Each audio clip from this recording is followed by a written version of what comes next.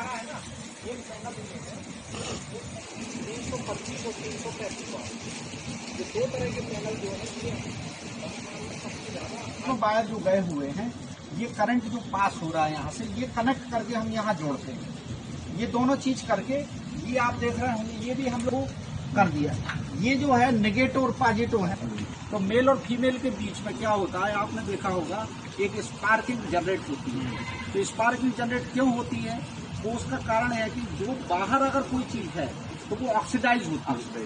तो कोई भी वाटर वेपर या भाप के कण या गीलापन किसी भी तरह से उसमें जाएगा तो वो क्या करता है, वहां पे पहले सल्फेशन क्रिएट करता है और फिल्म के बाद वो शॉर्ट हो जाती है।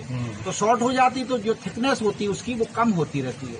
उसकी वजह से क्या रहता है, यहाँ से जो करंट एक्चुअली पास हो रहा है वो ब्रेकन होने लगता है, जो हम लोगों को कुछ पता नहीं चलता। कई बार क्या पता होता है कि करंट, लेकिन लोगों को पता ही नहीं करंट वजह क्या है। ये छोटी सी वजह होती है कि यहाँ से जो पैनल तो जनरेट करके दे रहा है, जंक्शन बॉक्स बनाए आप उससे भी करा दें। ये इसको हम समझा दें, ये बहुत इंपॉर्टेंट वायर होती है।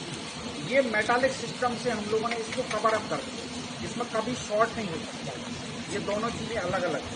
ये ऊपर वो कापर की रॉड है, तो ये आपकी बिल्डिंग, ये इसमें क्या होता है, लीस्ट 70 टाइम्स होता है। मतलब यहाँ से 70 गुना नीचे बिजली गिर रही है, कुछ भी हो रही है, तो ये लाइटिंग अगर तुम लगे हुए हैं तो आपका सारा वातावरण जितना सब सुरक्षित है। किसी भी तरह से इस तरह की ये जो स्ट्रिप है, ये प्लास्टिक फोल्डर पर कवर है, ये सीधा जाएगा और इसकी अर्थिंग नीचे इसलिए रोकने के लिए।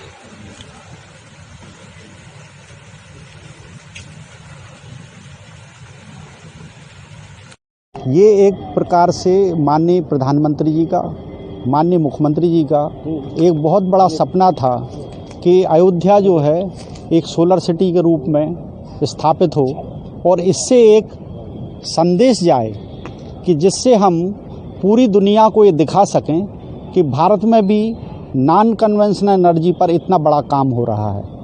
उसी के संदर्भ में ये अयोध्या सोलर सिटी हम लोग इस पे काम कर रहे हैं। ये जिस परिसर में हम लोग हैं, ये अवध विश्वविद्यालय का परिसर है।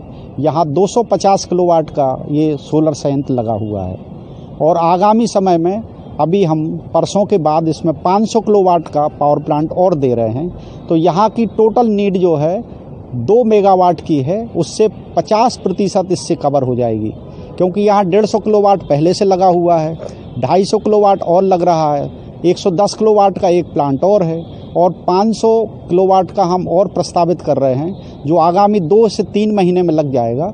इस तरह से 1 मेगावाट एक ही स्थल पर यहाँ रहेगा कि ये यहाँ के बच्चों का प्रैक्टिकल एवेन्यूज़ भी है।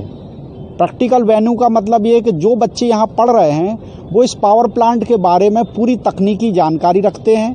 भविष्य में यहाँ से उनको रोजगार के अवसर भी मिलेंगे और अगर जो तकनीकी इंजीनियरिंग के बच्चे हैं उनके लिए हम लोग यहाँ पर दिखाते हैं, ला के दिखाते हैं कि यहाँ देखिए इतना बड़ा काम हो रहा है। अगर ये ऑन ग्रिड सिस्टम है, ये सुबह 8:30 बजे से काम करना शुरू करता है और 4:30 बजे तक करता है।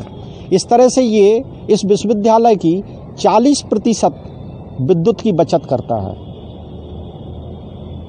बिल के हिसाब से हम देखें तो यूपीपीसीएल का जो बिल आता है उसमें ये धनराशि में भी 40% की बचत करके इनको इतना रेवेन्यू जनरेट करके दे रहा है कि इससे वो दूसरे कामों को प्रशासन अपना यूज़ कर सकता है, जो इससे आप बचत हो रही है विद्युत से। ये बहुत अच्छा प्रश्न है आपका। यहाँ पर जो है हम लोगों ने ड्रोन सर्वे कराया था अभी 2 महीने पहले, उससे ये वो अयोध्या जनपद का जो परिसीमन हुआ है उसमें ड्रोन सर्वे से 12,000 घर ऐसे आए थे जिनकी छतों पर सोलर पावर प्लांट लग सकता है, जो आवासीय होंगे।